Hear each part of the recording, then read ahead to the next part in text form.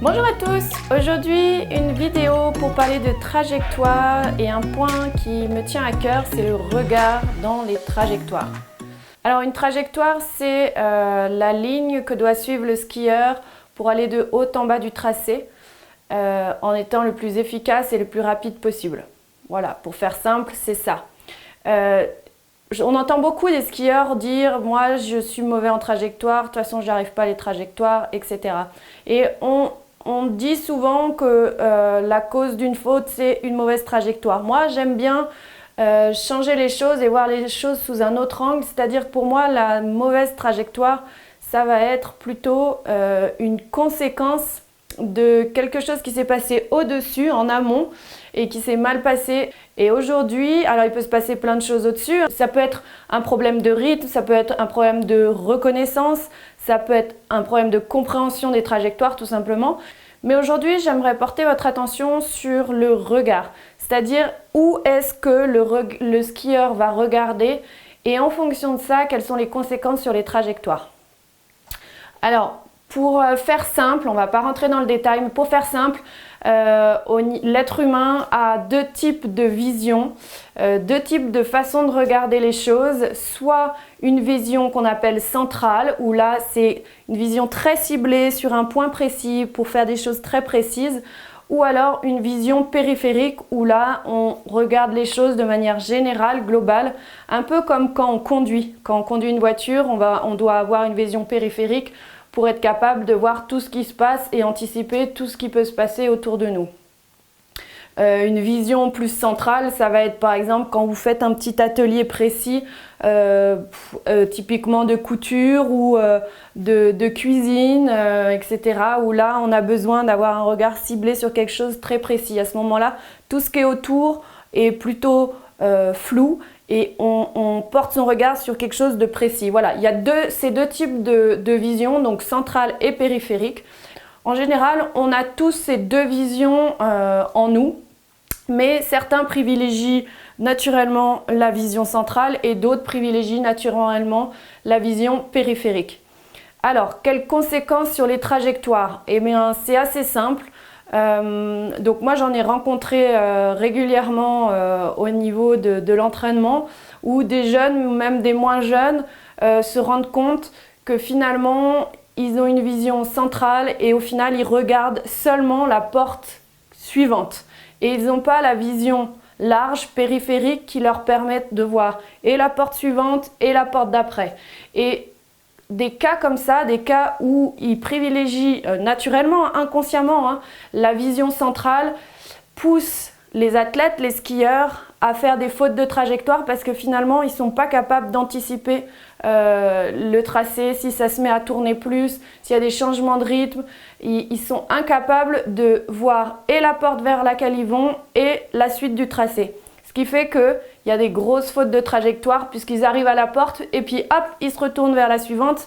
Mais finalement, c'est trop tard. Les bonnes trajectoires, ça s'anticipe sur plusieurs portes en amont. Et si ça, ce n'est pas fait, ça déclenche des fautes de trajectoire assez conséquentes. Alors, aujourd'hui, j'ai pris un petit paperboard pour vous faire justement un petit dessin de tracé pour que vous compreniez bien de quoi je veux parler. Alors, je vais vous faire juste un petit tracé. On va considérer qu'on est dans un mur, d'accord? Là, en l'occurrence, on est dans un mur avec un tracé qui tourne un petit peu. Et donc, la question est de savoir où doit porter mon regard pour avoir la bonne trajectoire. Alors, j'arrive ici. Donc, en général, on tourne avant la porte et quand on est à la porte, on doit être en direction de l'autre. Ça, c'est assez classique comme travail de trajectoire. Et en fait, ce qu'il faut voir, c'est est-ce que votre regard, donc là, si je dessine un œil, est-ce que votre regard, il est fixé que là-bas, quand vous êtes ici, et quand vous avancez vers la porte, ou est-ce que votre regard, il est capable de regarder et cette porte et la suivante? Ça, c'est primordial. Si vous regardez que cette porte, vous allez faire une trajectoire un peu au hasard, comme ceci. Et puis en arrivant ici, vous dites « Oh, elle est où la porte ?» Alors en fonction d'où est la porte, à ce moment-là, ça va passer ou ça ne va pas passer. Si par exemple, ma porte, elle est très tournante, elle est là-bas, il va falloir que j'anticipe et que ici, ma trajectoire soit bien plus haute pour pouvoir aller dans la direction de cette porte-là. Par contre, si ma porte, elle est directe et qu'à cet endroit-là, justement, il y a un changement de rythme et que je n'ai pas besoin d'ouvrir autant ma trajectoire, il va falloir que je sois capable de décider de prendre cette trajectoire-là pour venir en direction de cette porte. Donc, au final, comment choisir la bonne trajectoire? Ça va dépendre de ce qui se passe après, ici. En fonction de la porte, est-ce que ça tourne, est-ce que ça tourne pas? C'est ici, à cet endroit-là, que je décide si ma trajectoire, je dois la faire directe ou plutôt arrondie au-dessus. C'est pour ça que celui qui n'est pas capable de regarder plusieurs portes en aval, celui qui est incapable de regarder 2-3 portes devant lui, il aura du mal à faire le bon choix de trajectoire. Dès qu'il va y avoir un changement de rythme, il va être perdu parce qu'il n'anticipe pas. Alors si ici, je redessine un tracé qui est biscornu, on va dire ici, ça va tout droit, imaginons qu'on est sur un plat, d'accord? J'arrive à cet endroit-là, je rentre dans un mur et automatiquement, en général, les tracés sont plus tournants. À ce moment-là, quelqu'un qui a une vision périphérique, il arrive ici, si ça va tout droit, il va tout droit, on est d'accord, on ne tourne pas trop, ça sert à rien. Et une fois qu'il arrive ici, celui qui a une vision périphérique et en plus qui a fait une bonne reconnaissance sera capable de savoir et peut-être de voir que derrière ça tourne et à ce moment-là, il va peut-être réagir en ouvrant sa trajectoire de cette manière.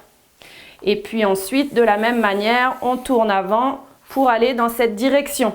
Si on ne regarde pas loin, qu'est-ce qui va se passer? On va venir ici et on va continuer à être direct.